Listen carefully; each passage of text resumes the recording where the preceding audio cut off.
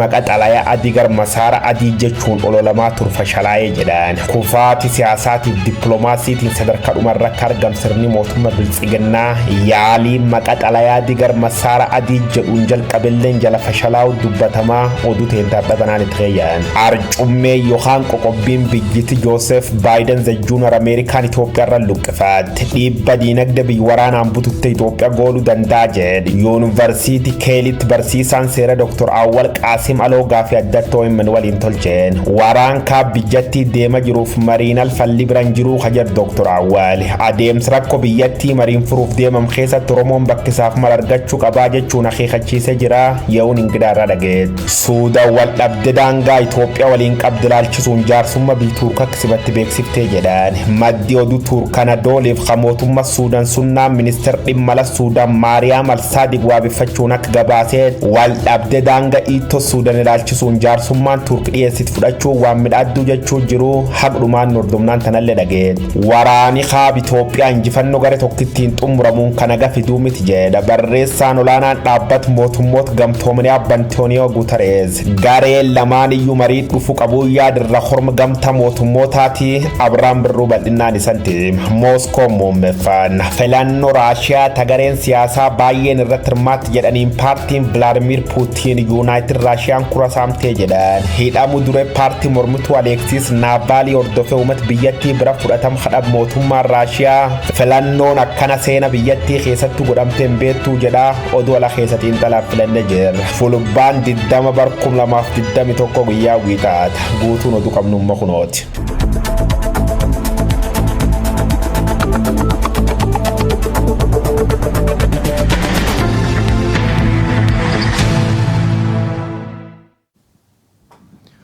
Ashama kam jirtu daawwattoota Oromiyaa Miidiyaa Neetwork oduu isaatii kanaaf qabnu isinitti himna ani Yohan Ingidaati. Oromoon jechaa fi gocha gantootaan afaan fajjaa'uu hin qabu jedha ibsi ajajaa olaanaa adda bilisummaa Oromoo waboorraa nu qaqqabe. Biltsiginnaan lola uummata Oromoo fi waraana bilisummaa Oromoo irratti banteen kasaaraa guddaa keessa galuun ifa galaadha jedhe. Wabooni baadiyyaalee Oromiyaa dhuunfachuu fi magaalota qabachuun mooraa diinaa raasaa jira. Diinni gama isaatiin kasaaraa isaa kana ololaan haguuguuf carraaqaa jira. Oromoon olola gantootaaf gurra ergisuu hin qabu jedheera ibsi kun. Murni biyya bulchu sadarkaa amma irra jiruun kufaatiin isaa kan hin oolle ta'uu hubachuun of dandamachiisuu fi diraamaa shiraa hojjechuuf yaaluu irraa hanga du'e awwaalamuchuu hin dhaabbatu kan jedhu ibsi kun. Diraamaa kanas ergamtoota isaa kanneen ta'an miseensota dhaabota kaayyoo isaa ittiin galmaan gahachuu fi bifa ofii isaatiin bixxilee fi gantoota sabaa kan garaa isaaniitiif bulaniitti dhimma bahuun seenessuuf tattaafachaa jira jedheera. Yaaliin qabsoo bilisummaa Oromoo diiguuf taasifamaa jiru ammas rakkoo fayyaa jaal goollicha dheengee mudatetti dhimma bahuun deemaa jira. Dhibee fayyaa jaal goollicha mudatetti dhimma bahanii moonaa impaayeraa Itoophiyaa gammachiisuuf seenaa isaa immoo gurraachessuun cubbuun mooraa qabsoo bilisummaa Oromoo fi jaal goollicha irratti gantoonni raawwataa turan hedduudha jedha ibsi kun. Rakkoo gantoonni kun uuman obsaan furuuf tattaafatamus itti milkaa'uu hanqachuun nama gaddisiisaa jedheera. Akeekni isaanii akkuma kana dura yaalaa turan waraana bilisummaa Oromoo cabsanii jaal goollichi waraana fudhatee karaa nagaa qabsaa'uuf gale jedhanii olola geggeessuun kasaaraa waraanaa fi siyaasaa isaan mudate ofuma sobanii of burjaajessuuf ta'uun hubatamuu qaba jedhe. Gama biraan abaa'oo waboonni of dandahee hooggansa dirree irraa kennuu eegaluun akka heerree cabetti hoogganoota abaa'oo dirree jiran irratti hololuun miseensota abaa'oo biyya ambaa keessa jiranii fi waraana bilisummaa Oromoo gargar fageessuuf olola rakasha oofaa jiru jedhe. Kanaaf miseensonni fi uummanni keenya kana hubatee dammaqinaan akka irraa of eegu waamicha goonaa jedheera ibsi kun. Qabsoon bilisummaa Oromoo kufaatii fi bu'aa bahii hedduu keessaa darbitee as geesse namoota hedduu of keessaa harcaasaa arma jirti. Abaa'oo waboon akka qabsoon bilisummaa Oromoo hin diigamneef jaallan dirree irraa gootummaan qabsoo bilisummaa Oromoo hooggananii sadarkaa kanaan gahuun isaanii kan qabsaa'ota dirree keessaa sosso'an galateeffachiisu malee kan irratti holola bansiisu miti jedha ibsichi. Waggoota sadanii darban gantooti waraana bilisummaa Oromootti bobbaafamuun mooraa qabsoo bilisummaa Oromoo diiguu fi dhamaa turaniiru. Adeemsa kana fashalsuun waraanichi koraa guddaa ABO WBO irratti hooggana waltaawaa filachuun ni yaadatama jedheera. Hoogganni haarawaan filatames labsii duulaa gootota Oromoon moggaafame hagayya 8 bara 2021 labsameen milkii fi injifannoo jajjaboo galmeessuun mooraa diinaa fi farreen yeroo yaaddessu mooraa qabsoo bilisummaa Oromoo ammoo onnachiisee damboobsee jira jedhe ibsi kun. Olola shiraaf waraana bilisummaa Oromoo irratti lallabamuu jalqabe kanaaf osoo gurraa hin kennine qabsoo addi bilisummaa Oromoo WBO'n itti jiru akka jabeessitan ilmaan Oromoo maraaf waamicha goonaa jedheera waraanni bilisummaa Oromoo. Uummanni keenya galii qabsoo isaa kan ta'e mirga hiree murteeffannaa isaa harkatti galfachuuf ciminaa fi tokkummaadhaan akka socho'u gadi jabeessinee dhaamnas jedheera ibsa fulbaana 20 bara 2021 baaseen. Kunisoo kanaan jiru ajajaa waraana bilisummaa Oromoo zoonii kibbaa ta'uun yeroo dheeraadhaaf tajaajilaa kan turan Goollichi Dheengee sirna Itoophiyaatti aangoorra jiru waliin araaramuun gara biyyaatti galuun isaanii beekameera. Qoqqobbiin United States Itoophiyaa irratti gachuuf jirtu dhiibbaan diinagdee biyyattii waraanaan butuutti irratti hordofsiisuuf malu salphaa hin ta'u jedhan Yuunivarsiitii Keeleetti barsiisaan seeraa Dr. Awwal Qaasiim Aloo. Waraana kaaba biyyattiitti deemaa jiruuf mariin ala falli biraa hin jiru kan jedhan Dr. Awwal adeemsa rakkoo biyyattii mariin furuuf deemamu kamuu keessatti Oromoon bakka isaaf malu argachuuf akka sabaatoof ijaaree socho'uun akka barbaachisus hubachiisaniiru. Bal'inni oduu kanaa itti aanee dhiyaata. Ethiopia sent troops into Tigray province. Torbanoota muraasa keessatti obbaasuuf dhaadatamee maqaa duula seera kabachiisuutiin kan eegalame lolli kaaba Itoophiyaa adeemsumaan qooda fudhattoota baay'ifachaa wal waraansa xumura dhabetti cehuun waggaa lakkoofsisuuf deema. Wal waraansa kanaan wal qabatee taateewwan suukanneessoo fi gaddisiisoon garaagaraa guyyaadhaa gara guyyaatti dhaga'amuun itti fufee kasaaraan waraanichaa bulchiinsi Abiy Ahmed dursee tilmaamuu dadhabe galmaa'uun itti fufeera. Waraanni kun eegalamuun dura bulchiinsi Abiy Ahmed garaagarummaa TPLF waliin qabu mariin akka furatuuf qaamoleen garaagaraa irra deddeebii wawwaataa turanis yaadni marii fudhatama dhabdee miiraan waraana labsuun filatameera. ይህንን ከሃዲ ጡት ነካሽ ኃይል ለማሳፈርና ለመደምሰስ አስፈላጊውን ሁሉ የምናደርግ መሆኑን እየገለጽ tarkaanfiin miiraan guutamte kun namni addunyaan nagaaf kaadhimmatte fiingee waraanaa ta'uu addunyaaf kan mul'ise ture. Waraana yeroo ammaa biyya guutuu hunkuree siyaasa baha Afrikaa gooluun hanga addunyaaf yaaddoo ta'utti deeme kana bu'uurumarraa hambisuuf yaaliin taasifame fudhatama dhabuutu kanaan nu gahee jedhu Yuunivarsiitii Keeleetti barsiisaa seeraa kan ta'an Dr. Awwal Qaasiim Aloo.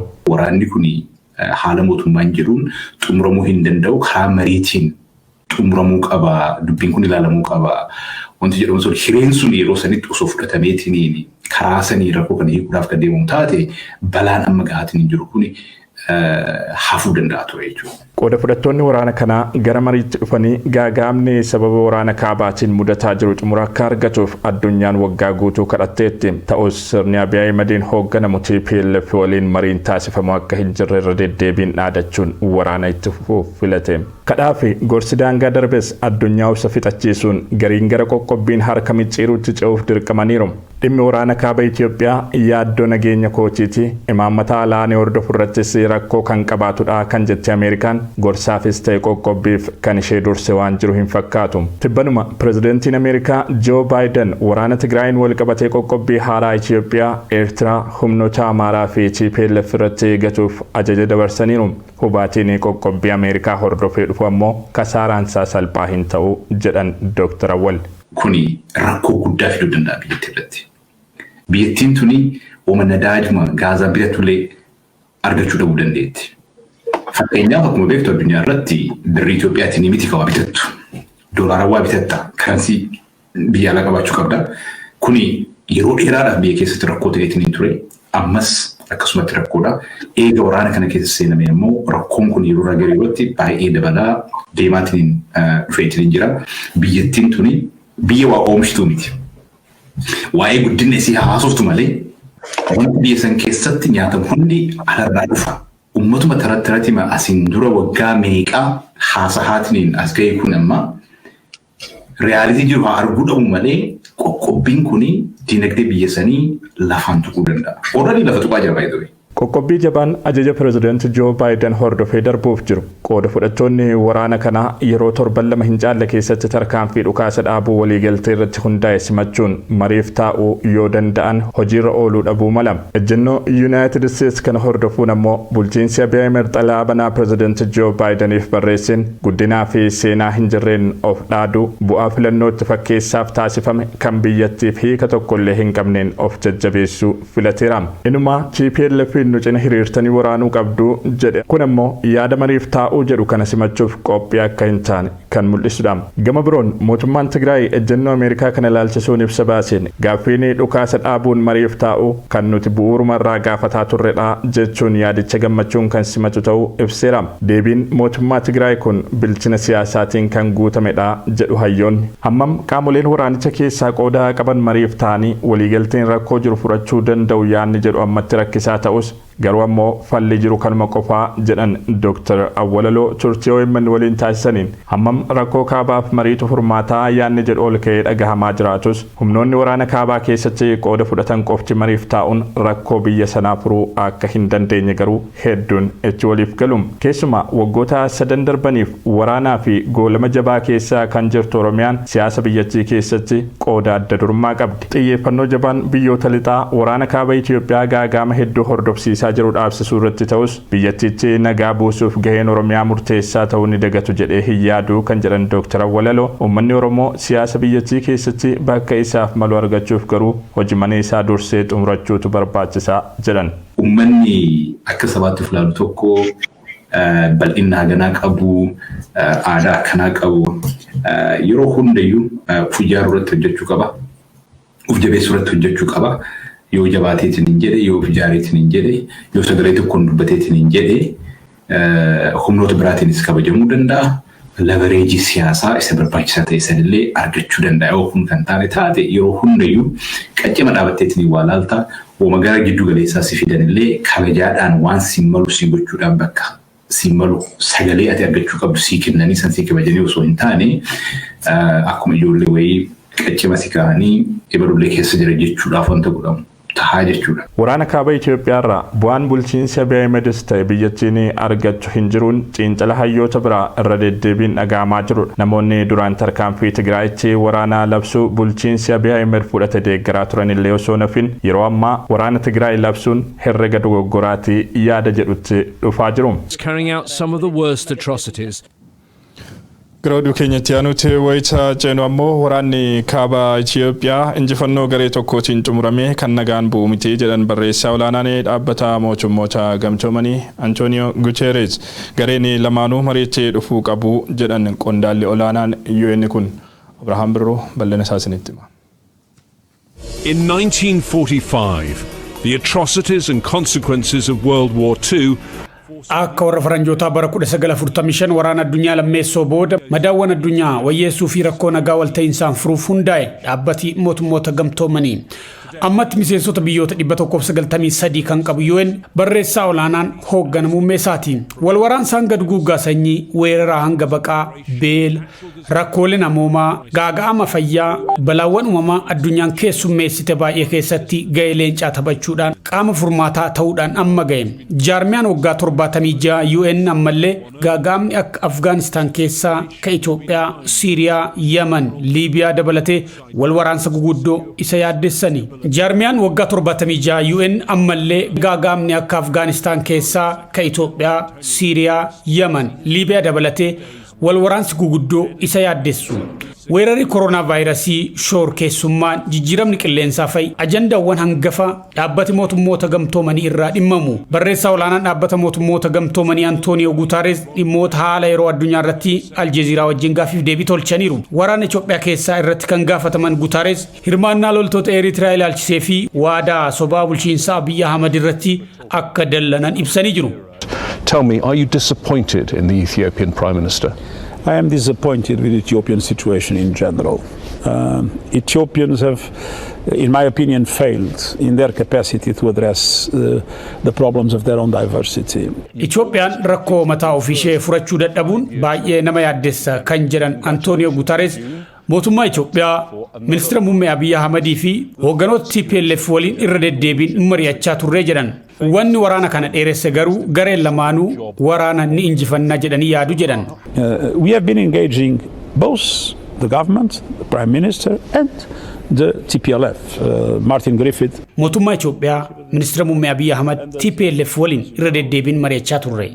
Hooggana keenyas garas erginee turre. Diraamaan jiru garuu gareen lamaanuu waraana ni injifannaa jedhanii yaadu. Ani rakkoo qawween furaa jedhee hin yaadu. Falli jiru mariidha. Ammatti TPLF mo'achuun ni danda'ama jedhee sin amanu. Maaliif seete? Warri Tigraay jabaatanii lolaa jiru. Naamusaan lolaa jiru. Dandeetti loluu isa dhugaas qabu. Karaa biraa immoo TPLF deebitee akka kaleessaatti Itoophiyaa bulchitu amantaa jedhu hin qabu. Furmaanni waraana kanaa qawwee keessa hin jiru. Walitti dhufanii mari'achuu qofatu furmaata. Amma fedhiin waliin mari'achuu hin jiru. Garuu dhiyootti akka gara mariitti dhufan abdii qabna. Gaagaamni Itoophiyaa olaanaadha.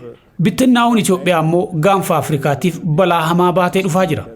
We still do not see the will to stop the war and come to a serious dialogue for a solution. I hope this will happen sooner rather than later because the risks for Ethiopia are huge. A collapse of Ethiopia would be a disaster for the region and it would be tragic for the Ethiopian people. Heddummina eenyummaa Itoophiyaa keessa jirurraa kaatee yoo laaltu Itoophiyaan akka Siiriyaa taanaan balaan dhufuuf jiru hedduu nama yaaddessaa jedhan barreessaa olaanaan dhaabbata mootummoota gamtoomanii Antonio Guterres. I'm afraid if there would be a collapse in Ethiopia with the complexity of the Ethiopian society, I think that image would probably be a real one. Dulli maqaa xalaadii gara masraadiitti jedhuun deemaa ture fashalaa'uun dhagahame. Kufaatii siyaasaa fi dippiloomaasii sadarkaa dhumaa irratti kan argamu sirni mootummaa Biltsiginnaa yaaliin maqaa xalaadii gara masraadiitti jedhuun eegale karaa fagoo osoo hin deemin fashalaa'uusaa maddeen keessoo sirnicharraa hubachuun danda'ameera. Dulli kun mootummaa Ameerikaa sobaan burjaajessuun murtee qoqqobbii pirezidaantii Joo Baayiden dabarsan dhaabsisuuf kan kaayyeffate ture jedhameera. Haa ta'u malee sirni Biltsiginnaa duula xalaadii gara masaraa adiitti jedhu kanaaf dabballoota sirnichaa bobbaasee osoo hin xumurin Ameerikaan tarkaanfii waan fudhatteef kaayyoon duula kanaa guutummaatti fashalaa'ee akka jiru beekuun danda'ameera. Dhibdee siyaasaa Itoophiyaa keessatti deemaa jiruun mootummaan Ameerikaa yakkoonni namoomaa suukanneessuun raawwatamuu hin oolle jechuun qaama bilisaan yaa qoratamu waraanni kaaba biyyattiitti taasifamaa jiru hatattamaan haa dhaabbatu jechuun gaafachuunsaa sirnicha keessatti jeequmsa guddaa uumee jira. Abiy Ahmed yaada Ameerikaa fi dhaabbilee idil addunyaa kana dura dhaabbatuuf hiriira mormii guutuu biyyattii keessatti waamuudhaan Ameerikaa fi biyyoota dhihaa balaaleffataa turus bu'aa homaayyuu argachuu akka hin dandeenye himamaa ture jira. Dhaadannoon hiriira Abiy Ahmed fi duula xalaadii kunis akkuma duula kanneen biroo kanaan dura turan karaa fagoo deemuu waan hin dandeenyeef qoqqobbii fi uggurri Ameerikaa haaraan kunis sirnicha gara itti adeemuu wallaalchisaa jira jechuun maddeen keessoo sirnichaa gabaasaniiru. Sirni Biltsiginnaa Abiy Ahmediin durfamu hanqina bajetaatiin imbasiiwwan erga cufeen booda dabballoota isaa ijaaree xalaa mallatteessaa jechuun ittiin hojii dippiloomaasii hojjechuuf yaaluun kufaatiin sirnichaa dhiyaachuu agarsiisaa jiranii jiru.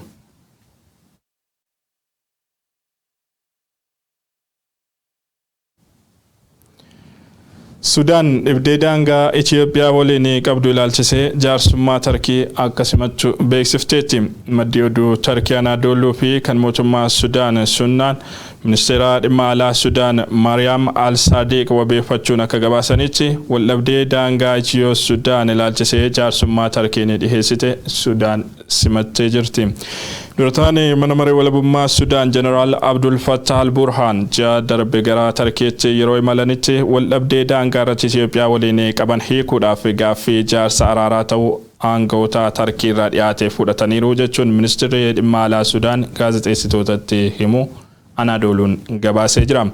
Haaluma wal fakkaatuun maddi oduu Sudan News Agency Sunnaan Sudaan rakkoo daangaa Itoophiyaa waliin qabdu furuudhaaf gaaffii Tarkiin isin araarsa jechuun dhiyeessite fudhachuu ishee aangawoota dantaa alaa Sudaan Mariam Al-Sadiq sanbata darbe himan jechuun gabaasee jira.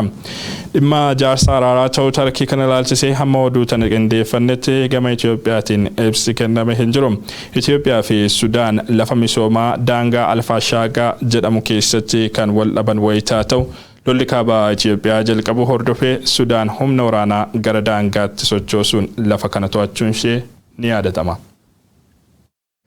Partiin pirezidantii Raashiyaa Vladimir Putin United Russian filannoo paarlaamaa komii hannaa sagalee bal'inaan irratti ka'aa jiru olaantummaan dursuu irratti argama.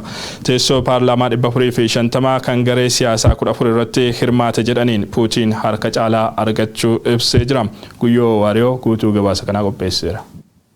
Mikhail Lobanov is one of more than 1,000 candidates in these parliamentary elections, backed by a tactical voting campaign. Filannoo biyyaalessa Raashiyaa godhama jirtuun paartiin Vladimir Putin dursa jiraachuu BBC'n gabaase. United Russia jechuun paartiin mootummaa biyya harka qabu Khurasaamti jedhamuun himatama jiraatullee wal mormii teessoo miseensummaa marii bakka bu'oota uummataa jechuun kagareen siyaasaa 14 irratti hirmaattee mo'achuuf qarra erga'uusii ragaaleen agarsiisu. The European Court of Human Rights ruled that the results of the 2011 parliamentary elections were seriously compromised. Filannoo paarlaamaa Raashiyaa kabarcumaan 450 beeksisaaf dhiyaateen morkattooti jajjaboon hedduun filannoo tanarra ugguramu dabre immoo waraqata filannootiif sanduuq filannoo irratti iftoomni jiraachuu dhabuuf akkuma Itoophiyaa namooti hedduun humnaan akka filatan godhama jiraachuu sitti odeeffa.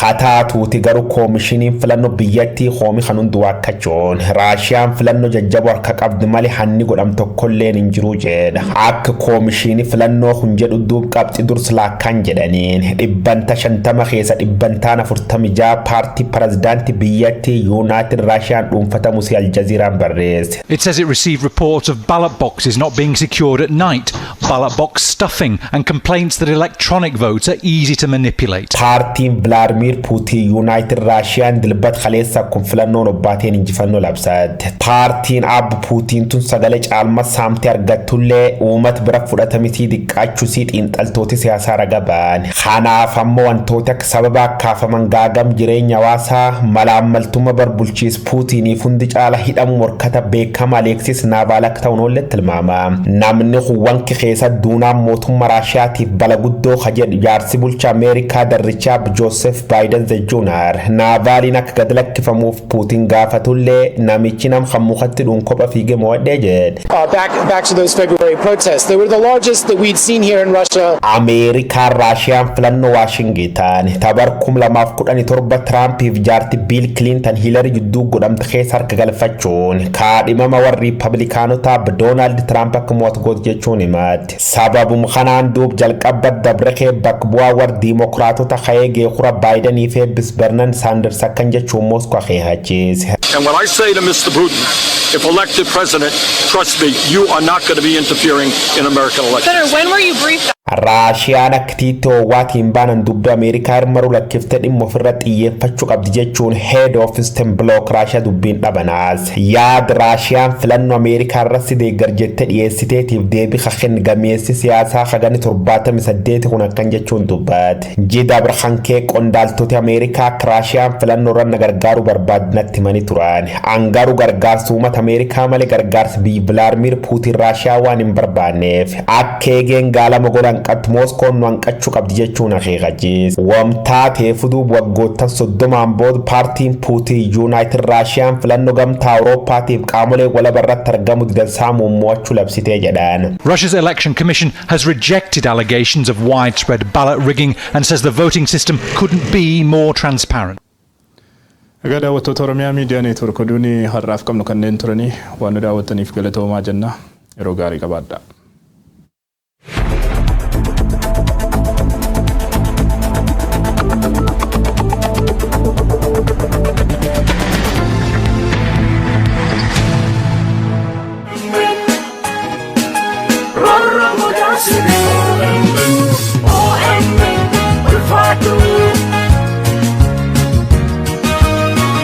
Hawaasa Oromoo kutaa Koloraadoo magaalaa Denverii fi naannawa ishee jiraatan maraaf hawaasni Oromoo Denver Koloraadoo koree qindeessituu deeggarsaa uummataa OMN wajjin ta'uun fulbaana 25 bara 2021 waaree booda sa'a lamarraa eegalanii sagantaa tumsa OMN fi marii hawaasaa qopheessuun isinaaf feeranii jiru. Hawaasni Oromoo magaalaa Denverii fi naannawa ishee jiraatu martuun qophii kanarratti akka hirmaattaniif yaamna jedhee jira. Miseensa boordii OMN Dr. Ahmad Galchum, Daayireektara olaanaa Oromiyaa Miidiyaa Neetwork Muhammad Abdoosh, Gulaalaa Muummee OMN Dajanee Guutamaa, Zaak Duubee fi keessummoonni biroo sagantaa kanarratti ni argamu.